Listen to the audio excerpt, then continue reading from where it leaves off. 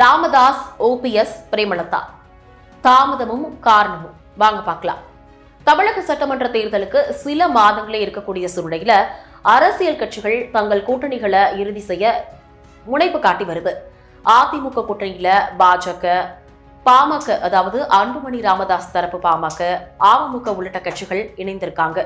திமுக கூட்டணியை பொறுத்தவரை காங்கிரஸ் கட்சிக்குள்ள கூட்டணி தொடர்பா அவ்வப்போது சலசலப்புகள் எழுந்தாலும் தற்போது வர ஏற்கனவே இருந்த நிலையிலேயே தொடர்ந்து வருது.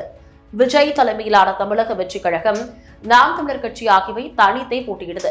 இந்த நிலையில 3 முக்கிய அரசியல் சக்திகள் மீது பார்வைகள் திரும்பி இருக்குது.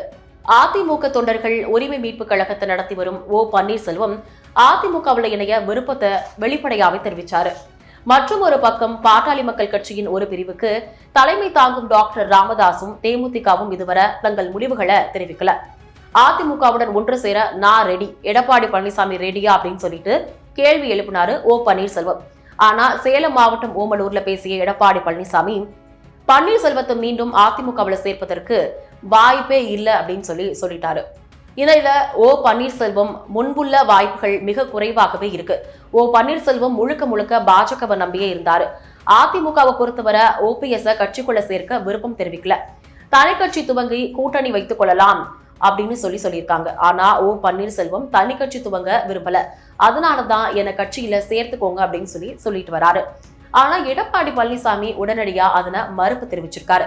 இப்போ ஓ பன்னீர்செல்வம் திமுகவுடன் கூட்டணி வைக்கலாம், ஆனா அப்படி செய்தால் அவருடைய அரசியல் எதிர்காலமே முடிந்துவிடும் அப்படின்னு சொல்லிட்டும் கூறப்படுது. பிரேமலதா விஜயகாந்த் தலைமையிலான தேமுதிகவை பொறுத்தவரை இப்போது வர எந்த கூட்டணியில இடம்பெற போகிறோம் அப்படிங்கறத வெளிப்படையா சொல்லல. 2014ஆம் ஆண்டு நடந்த நாடாளுமன்ற தேர்தலில் பாஜக கூட்டணியிலையும் 2016ஆம் ஆண்டு நடந்த சட்டமன்ற தேர்தலில் மக்கள் நலன் கூட்டணியிலையும் 2019ஆம் ஆண்டு நடந்த அதிமுக பாஜக கூட்டணியிலையும் 2021ஆம் ஆண்டு சட்டமன்ற தேர்தலில் அமமுகவுடனும் 2024ஆம் ஆண்டு நாடாளுமன்ற தேர்தலில் அதிமுகவுடனும் இணைந்து தேர்தல்களை சந்திச்சாங்க.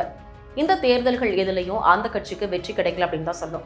ஆனா நடந்து முடிந்த தேர்தலில் விருதுநகர் தொகுதியில தேமுதிகவின் வேட்பாளர் விஜய பிரபாகரன் மிக குறைந்த வாக்கு வித்தியாசத்துல தோல்வி அடைந்தது அக்கட்சிக்கு நம்பிக்கை அளித்துச்சு அப்படின்னே சொல்லலாம். ஆகவேதான் இந்த தேர்தலில் மிக கவனமுடன் காய்களை நகர்த்த ஆரம்பிச்சிருக்கு தேமுதிக. அதிமுக, திமுக ஆகிய இரு கட்சிகளையும் சம தூரத்துல வைத்திருந்த பிரேமலதா விஜயகாந்த் ஜனவரி மாதம் கடலூர் மாவட்டம் வேப்பூர்ல மக்கள் உரிமை மீட்பு மாநாடு என்ற பெயர்ல மாநாடு ஒன்று அறிவிச்சாரு.